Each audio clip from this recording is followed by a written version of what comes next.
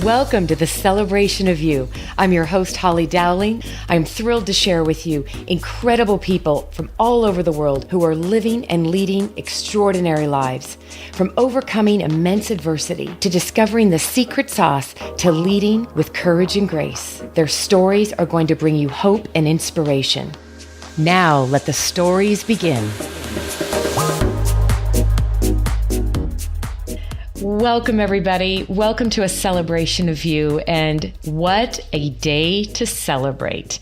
So everybody that listens, and I always love to start off by saying thank you for the incredible comments, just the fact that you're out there, and we're now in 84 countries around the world, and it's because of listeners, all genders, all races, all ages, families, singles. No matter who you are, you're a human being and you're finding something special and you're finding light and hope in possibly a moment of darkness that you might be in because of the guests on my show. And I thank you for keeping that as a real inspiration for why you listen. So today's guest, and I know everybody always smiles and laughs because I get so excited, but I'm truly a believer in serendipity, in this universe and how God works. And this is another miraculous moment for the guest that I'm about to introduce you to. Not only is her story a miracle in itself, it's how we met, because it's all through the people we get to meet along the journey. So everybody, welcome to a celebration of you. And may I have the honor and privilege of introducing you to Stacey Chatman. Thank you, Stacey, for being here. It is my pleasure and honor, Holly. Oh, well, you are quite the amazing woman. And now I get to call you one of my new friends, right? That's where we're going. Yeah. Yes, we are. Yes. Absolutely. Yeah. And I mean, just to brag on you a little bit, my dear, I mean, you've recently published an amazing new book that we are all going to hear more about, which was a huge leap of faith for you and coming out of being, kind of borderline celebrity status with the background and all that you've done. And I'll just go ahead and say it. Stacey is a former NFL Washington Redskins cheerleader. So for all those people out there, yes, she's glamorous and beautiful. And I think what I'm about to find out in what I already know is she's even more beautiful on the inside than on the outside. And Stacey, tell us about, you're a guru in the fitness industry. You've got an amazing business going. Tell us what you're doing right now before we dive into the story. Well, right now, even as I just called you, or we called and connected, I just got finished teaching 3 hours of classes today. I'm a fitness manager. I manage government fitness facilities throughout our country, as well as own my consulting fitness company called Extreme Fit Studio. And I'm also a professional bodybuilder, masters bikini competitor. You're one of those? Seriously? Yes. Oh, I love it. Yes, I got into that by a couple years ago when I was going through a difficult time. And I'm the type of person that when I start something, I'm a high achiever, so I got to reach the height. So last year, I became a professional athlete. I earned that title. So I'm also training for my first professional competition, as well as promoting a competition to help other athletes in the industry. Yes. Wow. Okay. Now, see, I'm already in awe because I know, okay, for one, I just want you to know I did a 30-minute workout and I've been enjoying muffins and coffee for the last few hours prior to. Now I feel even worse. I'm like, oh, Stacey just got done teaching 3 hours of classes. Yes, I did. 3 hours. You go, girl. Well, see, you found your passion. You have a passion. I did. Yes. You know what's fascinating? I love that you just shared that you're helping run government fitness facilities. Tell me a little bit more about that. I want to hear about that. Well, I work as a contractor with the government with a company called Aquila, and they're nationwide. And with some government sites, they don't have employees, but they have other people to come in and manage the companies or run the facilities, run the facilities. So with this particular site, which is in Baltimore, Maryland, it also has additional fitness facilities throughout the country. So I'm responsible for the daily operations of 2 sites in Baltimore, one in New Mexico and one in Pennsylvania. Ooh. Yeah, so Wow. it's good. So like at our club right now, we have about 1,200 members. So there were like about 200, 300 people in our gym between the hours of 11 and 1 this afternoon. Well, that's encouraging, right? You've got people in there working out. People are today really taking this seriously and understanding their health and, from everything from mindfulness to eating right to even just doing something to keep moving. Something to something to keep moving because it's very important. Especially as we, get in, I'll be turning 50 this year. So, for us middle agers, it's not about the aesthetics and the appeal of how we look. Of course, that's one aspect. Don't get me wrong, but it's about the circulation. It's about the heart. It's about the lungs. It's about posture. It's about alignment. It's about also clarity. I've been through some traumatic times, and if I didn't have fitness in my life, it helped me battle the depression.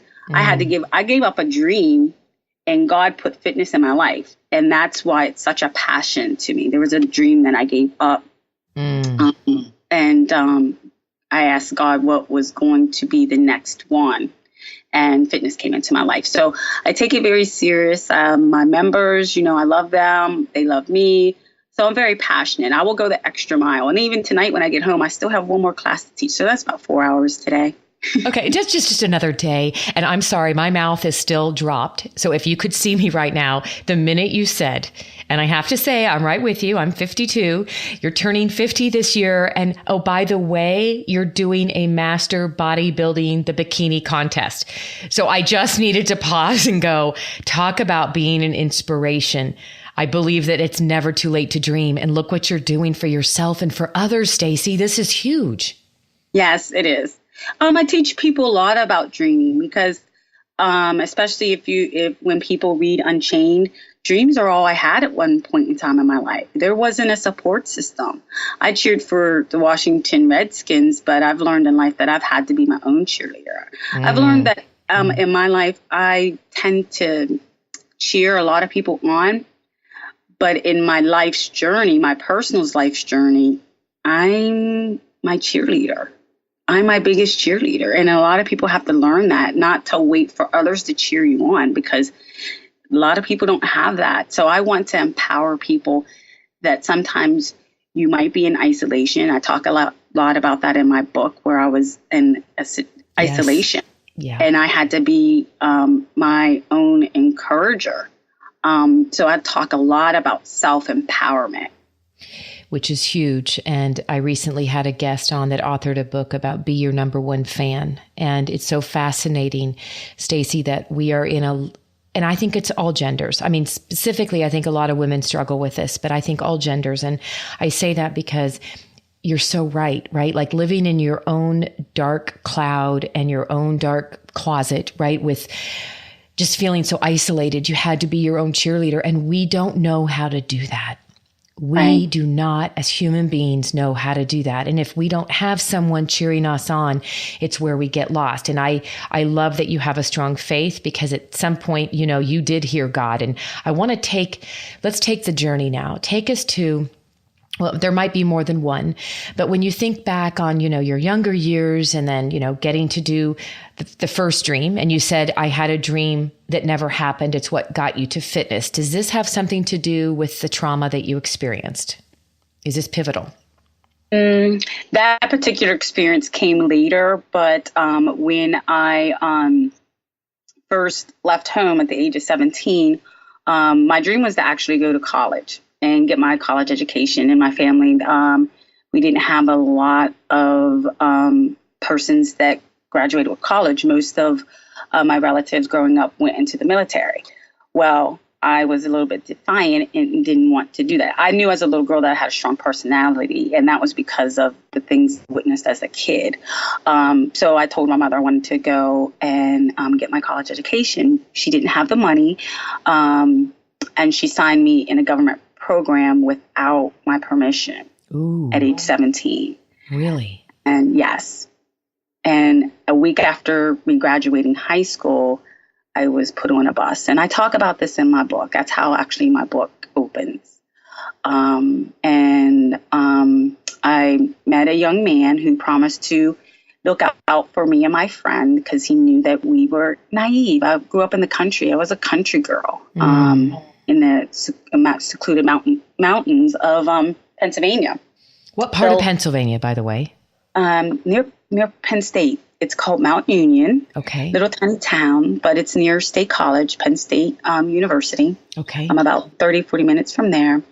And this young man promised to look out for us because he was from the city and he kind of maneuvered the crowd per se. This program was for disadvantaged youth. I didn't think I was a disadvantaged youth because I really kind of didn't know what that meant.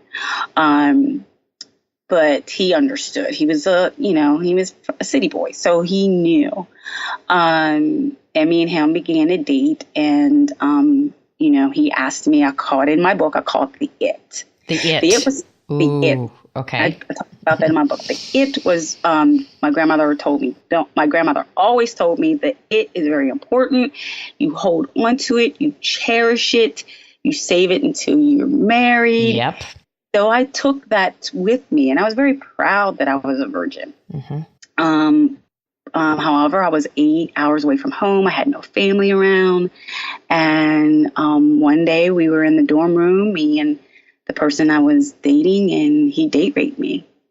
And I was devastated. I was confused because I was naive. I was a Christian girl. Don't get rid of your it. I was full of confusion. Oh.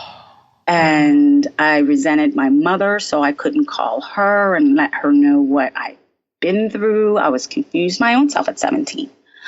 So I didn't tell anybody. And I forced myself to stay in that relationship because we were dating. Oh, did he know you were a virgin when he did that? He had to have.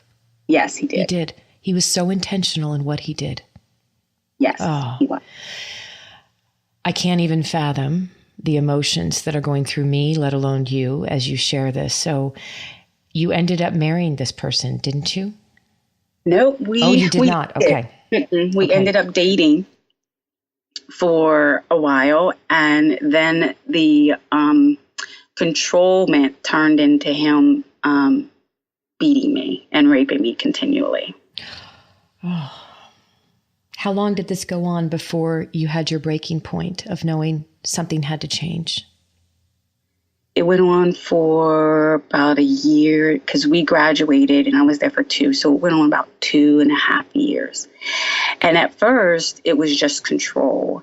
And I describe in the book my first blow that I took from him. The rape was one thing, mm-hmm. but as time went on, it just became more intensified. Mm-hmm. Meaning, like, there was one night, I do describe this in my book, Unchained, where he took a carpet cutter and he had me sit in between his legs while we watched The Cosby Show and told me not to move. With a carpet cutter? Yes, not a knife, a carpet cutter. Oh, my dear. At that moment, do you begin, having lived through a serious abusive situation myself, I say this because you hear it from somebody else and it doesn't seem fathomable, but we both know you begin to live into this world of denial. You begin to believe what you're hearing and you believe this is the way it is, right? Like you almost don't know any other way. Exactly. How and when and what was the moment? What was your pivotal moment when you said enough is enough? It was, fight or flight. I don't know what it was for you. What was that moment? I always knew I was a strong person and I had goals and aspirations and dreams for myself, high dreams for myself, just because of things I went through as a child or witnessed as a child. So for me, one day he was away at college and he was an educated young man. He was studying to be a pharmacist. So he had this charisma and glamour about him that people liked. But behind the doors, it was another intense person that I was seeing. Mm-hmm. And I knew he would kill me because his sister was murdered by her fiance. What? So there was something that was triggered in him to have this intensification about him. And I knew it had something to do with his sister being murdered. So I knew that I was in trouble because the more that I stayed in the relationship, the physical abuse became more intense. Did he ever threaten to kill you? Did he ever actually say, I will kill you if you do this? He threatened, like the carpet cutter incident, he would threaten to cut off parts of my body, like my breast, things like that. Oh my. You're a miracle to be alive. You know that, right? Yes. Yes. Mm-hmm. By the grace of God. Yeah. Yes. So the pivotal moment, I was in my apartment by myself, and I heard God really speak to me and say, Stacey, you got to get out, or you're not gonna live. He's gonna kill you. And I asked God, how is it gonna be? He's I was a virgin. He's the only person that, I was 17. He was the only person that was there for me when really couldn't reach out to anyone else. And I just listened. I didn't rationalize at that moment. I let silence lead its way, and God speak to me. And I heard, it's not going to be easy when you leave him. You're going to go through some things. You're going to go up. You're going to go down. It's going to feel like you're drowning. But in the end, you're going to land on a rock. And that's when I knew that things were going to happen to make a way for me to get out. And how soon was it from that moment? And trust me, I know what it's like to be in that place and you hear a voice. You heard something that saved your life, and that was God. So what was the next step? Take us through how many days, or was it hours? What was the next move like for you when you finally got out? It was the next beating and next rape. So it wasn't a time span. It was the next beating that said, enough is enough. And did you have to fight to get away from him? It's interesting because after the last beating and rape, I went home to see my parents, my mother and stepfather at the time. And I was eating dinner, and my stepfather looked at me and said, Stacey, what happened to your lip? And I said, I just, I fell or did something. I remember making an excuse. Yeah. And I left. And when I got home to Virginia, that I told my mother I would call her. And then my mother said, Stacey, are you being beat? And I told her, yes. And she goes, why didn't you tell me? I said, because I didn't trust you. So me and my mother I built up so much resentment for years because of that one incident. And from that moment, my mother called an aunt of mine, and that next weekend we planned my escape. And they were there to help you get out safely. Yeah. Yes. So I went normal for a week while I planned my escape. Oh, I'm just sitting here and of course, wallowing with tears. I'm just in awe of you, and I'm so proud of you. And I'm so proud that you trusted God. And also, you had to heal a relationship with your mother, let alone your future relationships with any man that could possibly come into your life. So this was multiple healings that needed to take place for you. Oh, yes. And I just really, until recent, I was a very hard woman to date. Well, give yourself a little credit, girl. Come on, hard to date. How about I just have a nice wall up to protect myself? Exactly. Well, yes, absolutely. I wasn't the soft side of Sears. I can tell you that. Heck no, baby. You're lucky they could even take you to dinner. Exactly. That's exactly right. Oh, so I have to pause because there's something that's really heavy on my heart. During those few years of this sickness and living in hell, did you have not even one person you could confide in, or were you completely keeping this all to yourself? Completely all to myself. Oh, bless your heart. I wonder how many people out there, and I mean women and men, that right now when they're listening to this, Stacey, that's exactly what's happening, and they've not they're not telling a soul for many reasons, right? We could go on and on for hours for all the reasons we don't tell anybody. At that moment, if you could go back to that time, not that I want you to have to keep going back to it, but for healing, what advice, if somebody was listening to this right now and it was a young woman in the same almost identical scenario, what would you tell her? What advice could you give her right now? I would tell her to confide in someone, number one, and then most definitely get out. Most definitely find the courage to get out. Most definitely, because an abuser will continue to abuse. Oh, yeah. That's the advice I would give her. That's one of the reasons why I felt a responsibility to share my story, because I was the lucky one. And that's even though it was very difficult for me to write my book, and I do describe the domestic violence graphically in my book, I do it a little differently. And the only reason why I chose as an author to write it graphically is because people that are going through it and they can hear my authentic voice. Yes. If I would have glossed over the abuse, if I would have just said, I was abused and, I got out, there's that whole piece that's missing. So I do describe the things that he made me do when he was raping me. I get very gritty because of the authenticity that someone needs to hear it that's actually going through it. Yes. And if they don't hear it for that, they can't relate. They still think they're all alone, and it couldn't, nobody else could possibly have gone through what they're going through. So take us so you would leave, you escape, your mother and aunt help you plan. What happened next? Tell us about the next journey in your life, from healing to all the things you're doing now. I mean, there's been a lot in your world, my love. Right.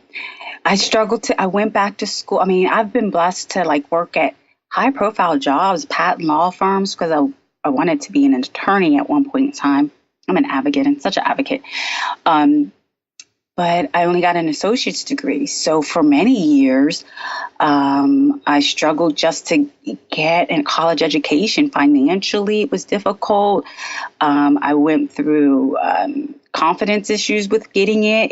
That was the reason why I left home anyway, was to get my college education. Mm-hmm. So for several years, I really tried to focus on getting that degree.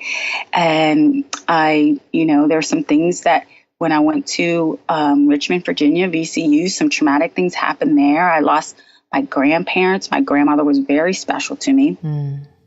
So overcoming that, we had several deaths in our family, and my mother plummeted into a drug addiction. So that's even in my book, how I dealt. That was a tough chapter to write. Because I had to write about my mother's life journey with being addicted. Yes. Being a crack cocaine and witnessing that. And that's where, again, codependency comes in. That's why my subtitle is about codependency. Mm-hmm. And still building up resentment around her drug addiction.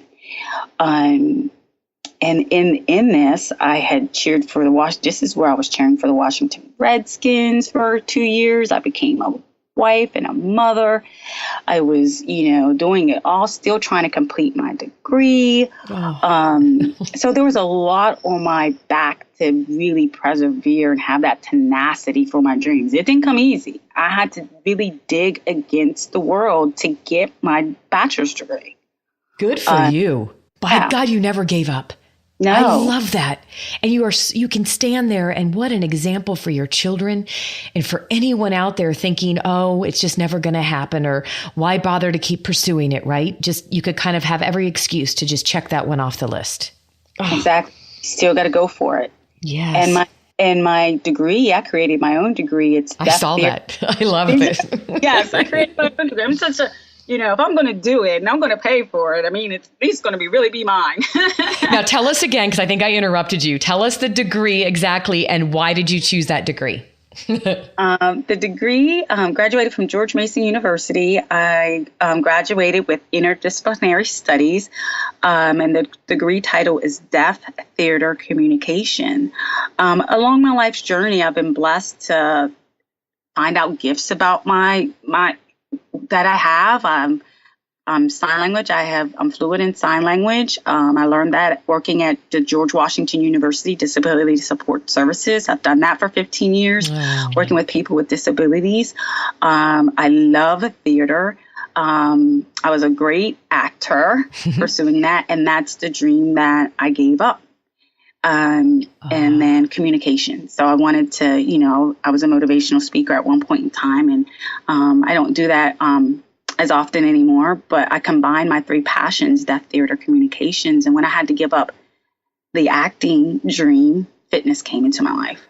And that was that moment that you mentioned earlier, that when one dream you let go of, God brought another dream, a whole nother path into your life. And look what you've done with it, to not only become the healthiest, most beautiful, brilliant woman ever, but to help others believe in themselves, give them self-confidence, right? Fitness is, you feel so much better about yourself when you're working out, and you feel empowered, right? You feel you can stand up for yourself. I mean, I could get excited talking about how much that empowers people. Oh, absolutely. Absolutely. The empowerment. I see people that come in after work and they're really dragging, but once they start exercising, you can see them become so determined. Fitness, like I said, it helps with depression, blood pressure. People have to have their lungs healthy and strong just in case something does happen. They have to have surgery. It's just a lot of different elements to fitness that I love to keep people moving their bodies just for their mind, their spirit, and their souls. And I'm glad that I'm really passionate about it because, if I wasn't, I wouldn't be able to do 4 hours a day. Yeah. I love that you just dropped that in there.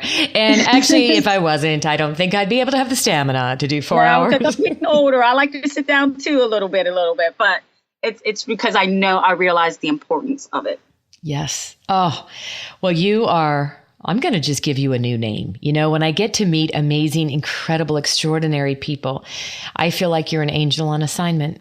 You were given a second chance at life. You were given an opportunity to take all that you've been through. And I know you said, well, you reached out to me because you had heard me as a guest on another show. And you probably heard my mantra, I swear by, which I feel like we're identical in this. We're my new soul sister. But you chose not to live in woe is me. You're living in wow is me. And that is so important to every day how I choose to live, Stacey. So I thank you for being a pillar of such beauty and grace and strength for people out there. And I love the name of your book, by the way, Unchained. Ooh, it just sounds cool. Yes, I'm glad to be unchained. I'm glad that, to go through my life's journey and put my book out there so people hopefully can be inspired and be empowered. And absolutely, like you said, don't live in woe is me, but wow is me. And we are responsible to find that wow. It's so important not to wait for the world to find the wow. I mean, with social media and the how can I say it? False of perfection, because every time you look, it's like perfection. I'm gonna put my prettiest smile on, like on Instagram, you see all the perfection in the world, but it's up to us to take that solitude to find the wow in us. Mm-hmm.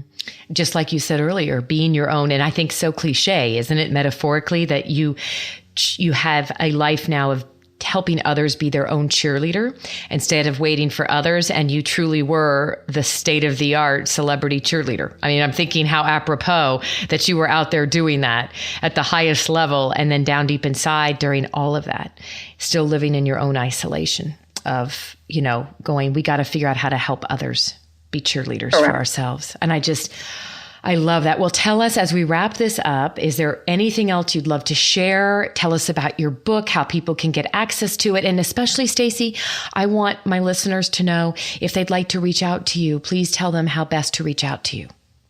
Oh, absolutely. I have a website, the book Unchained. You can go visit that. You can purchase the book on Barnes & Noble, through Books A Million, and of course, Amazon. You can, if you visit Unchained the book website, you'll see other websites, staceychatman.com, as well as extremefitstudio.com, Instagram, and Facebook. So pretty much on all the social media outlets. And I do hope when people read Unchained that they see a woman's drive and tenacity and to live in wow is me, not the woe is me. Good. I love it. I love it. Yes, that's our mantra, girlfriend. And that's where we're going. And I'm going to be keeping an eye on you as you go off to pursue another big dream and doing a bodybuilding. And please stay in touch with me and keep me posted on all the miracles in your world. I love that we've been connected through another person, right? Like all the serendipity of this world. And thank you for sharing your heart and soul and continuing to be out there to help others. Thank you so much, Holly. God bless, and I shall stay in touch. Oh, and I bought your book. It comes today. It comes tomorrow, Hollyisms. I can't wait to read it. Oh, you're so adorable. I love it. Well, you know what? We're going to be having each other's books. We're going to be forever together. So let's just get ready. You never know what tomorrow is going to bring. Things are happening fast. So yeah. Thank you, my dear friend. Thank you for being in my life. Thank you for being on the show, and many, many blessings. God bless you, my love. Thank you. God bless you. Well, bye-bye. Bye. Thank you for joining me for another awesome celebration of you. If you were inspired by this story, please share it with your family and friends and hashtag Your Story Matters. I'd love to hear from you, so please leave a comment on iTunes. And absolutely, please come to my website, hollydowling.com. Leave a comment there too, and while you're there, pick up your free gift. Most importantly, though, just remember that your life is a gift from God. What you do with it is your gift back.